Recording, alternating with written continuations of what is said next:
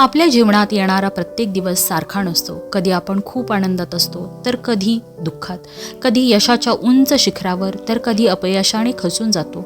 पण या सर्व परिस्थितीत म्हणजे सुख, दुःख, यश, अपयश, राग, लोभ, मान, अपमान यामध्ये आपले चित्त स्थिर राहायला पाहिजे. आणि ते केवळ नामस्मरण, आध्यात्मिक साधना यामुळेच शक्य आहे. स्वामी सेवा आपल्याला त्यासाठी खूप मार्गदर्शक ठरते. मन जर चंचल असेल तर कोणतीही गोष्ट जीवनात स्थिर करायला अडचण येते. नित्यनेमाने जर नामजप, भक्ती केली तर मन हळूहळू स्थिर होत जाते आणि आपली वृत्ती बदलते. ज्ञानेश्वरांनी सांगितलेच आहे, नित्यनेमनामी ते प्राणी दुर्लभ, लक्ष्मी वल्लभ तयाजवळी.